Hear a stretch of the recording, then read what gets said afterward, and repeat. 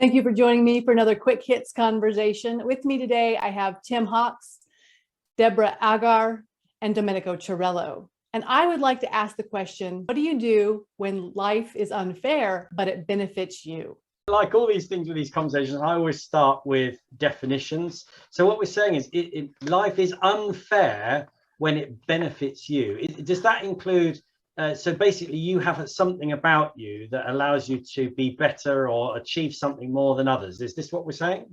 Maybe. The question I had is, well, if it's a business advantage, that's not a bad thing. I'm just wondering, if you're 6'6", you've got you definitely a chance of getting in the basketball team, haven't you, than if you're not. That is definitely unfair. But if you're 6'6", it isn't. So therefore, I then go into the space of being gracious about it. And I wonder whether there's a space in there about one, understanding that you know that you've got this advantage, and then secondly about how you manage that space. Well, I find it funny as an entrepreneur. I think a lot of people give me a lot of grief about my lifestyle. So I think I've got an unfair advantage in my lifestyle because I can create my own hours and I can do my own things. They just don't realize all the hours that are put behind the scenes. So I guess that would be an example where I guess I have an unfair advantage. I'm working on this. I'm working on a book project for someone. It's on the topic of sales and sharing ideas from sales leaders. And someone said sales is inherently unfair. The industry itself is inherently unfair.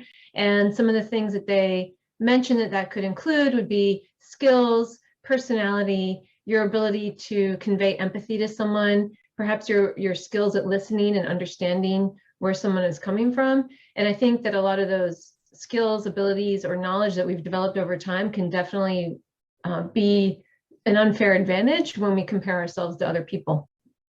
And I'm wondering about things like, race and gender and all of those kind of things. Like you can have an unfair advantage. And are you responsible to kind of step up and say, hey, I have an unfair advantage, and allow other people to benefit from your unfair advantage in that way? Mm-hmm. I think Domenico makes a really good point. He's put a lot of work in and he's got himself to a point in life where other people perceive it as being unfair, but he's put the effort in. So therefore it is fair. However, if you're right, if you're 6'6" and get selected for the basketball team, there's a choice of unfairness and there's non-choice unfairness, if that makes any sense. But there's also an element in here as well, which Domenico's pointed out to me, which is, okay, so he's put a lot of hard work in, and say he buys his expensive car and pootles around in his Lambo, and people might go, oh, that's unfair. But actually, that's my problem. So how I perceive fairness is so there's three elements. There's a choice fair, unchoice fair, and a perception of fairness, all mixed into this big cauldron, which is being mixed up about whether it's fair or not. Does that make any sense? Mm-hmm.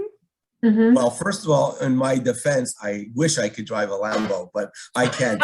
Must try harder, Domenico. Must try harder. What I find really interesting from what you said is that in my case, being an entrepreneur, I think people that work 9 to 5 have an unfair advantage over me because every second Thursday they get a check in the mail. They have security that they're going to get their job. Okay, they might lose their job, but every week or every second week or monthly, they get a check in their bank account. An entrepreneur doesn't necessarily have that in their lifestyle. So people that have these great pharmaceutical jobs or these great sales jobs where they get a check guaranteed every month, I think they've got an unfair advantage over me.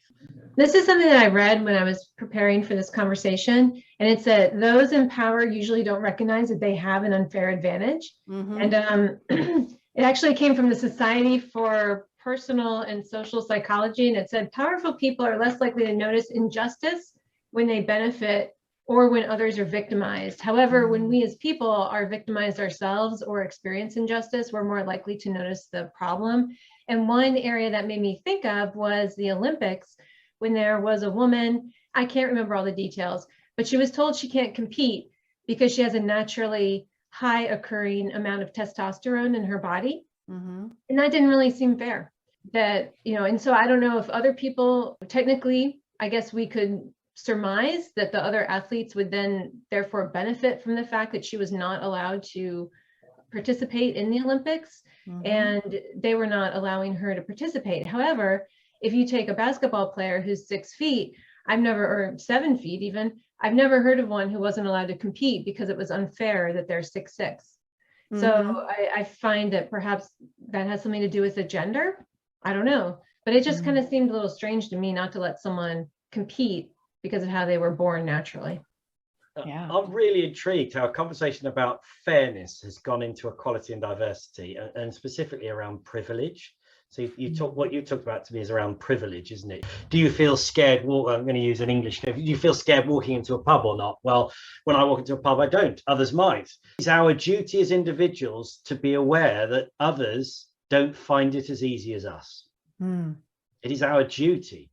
It is not. It is a duty for us to find it out. But how that links to fairness, I'm not sure. Yeah, I don't know. Are they the same thing? Are they different things? Well, privilege becomes a fair or unfair issue in our head. Does it not? I find it funny because this is a conversation that can go in many directions, because you're looking as the sender or the receiver of this, and I find there's a different answer for both sides of it. I got pigeonholed into my industry, which is being an entrepreneur, being in sales, like Deborah said. I've heard everything that can be said about salesmen and how they've got a cushy job and they don't work that hard, and they work on these quotas. There's a lot there to be said on both sides, sender and receiver. So I wonder if the question we actually need to be asking is, what does it mean for something to be fair or unfair? I think if there's going to be a fair, unfair, it's not so much in the person's physical traits or the job they're able to do. I find that fairness has to do with how people are treated and how people run a business or run a job or interact with people. A good example of that might be gender pay gap. So, for instance, females in an organization earning less than equivalent males. Now that clearly it feels unfair, but it's happening though, isn't it? It does happen. We know that. And that is that unfair? Is it? Yeah, it is. It is. Yeah. I actually deal in hockey industry, and I deal with professional women hockey players. And yes, of course. Compared to the men hockey players, who are still paid much far less than football, baseball, and basketball players, but the women are all women that have doctors and physiotherapists and psychologists, and they work as a secondary, or they play hockey professionally as a secondary. But there's a handful of people that get actually paid maybe $50,000. So when you want to talk about disparity of salary, professional sports, women's hockey versus men's hockey, it's absolutely ridiculous. In the acting industry, you'll hear it where men will say that they won't do a film unless the women are compensated equally, and so that's where men are using fairness or their privilege to try and make it more fair. I've heard that said too. Yeah, or when male athletes call out the fact that women should be paid a similar amount of money. I know that in the football, as you all call it in your countries, or soccer as we call it here in the US, women's soccer, obviously they're paid nowhere near the amount of money that the male soccer players are paid on the national teams. And that's definitely a point of contention. And having the support of people in power to make those changes is really important, because nothing can really happen without the people in power being persuaded to make those changes. So I wonder then, is fairness and unfairness an outcome of prejudice? There might be two flavors of it. There might be the kind that comes from prejudice or our inability to see our advantages. And then there might be another kind that comes from our natural inclination. So for instance, if you're a polymath and you can do 10 things really well, that would give you an advantage over me. I'm not a polymath. Or if I can speak 7 languages and you speak 1, then I might have an advantage. I would have an advantage because I can read more widely on a wider variety of topics and so on, and get different viewpoints more easily, not just in translation. So there's things like that that we might be able to control for. And then I think that maybe those are more internal. And then there's the external ones that we can't control for, like redlining when it comes to real estate transactions and how that's kept African-American people from becoming home buyers, or internal racism inside corporations that white people don't really have to deal with. Those kinds of things that we really can't control from inside ourselves. Well, that is our 10 minutes, so I'm going to have to cut us off there. I guess the one thing I've learned from this conversation is that defining fair is hard and recognizing it is harder. So thank you so much for having this conversation with me. I look forward to doing it again with each of you very soon.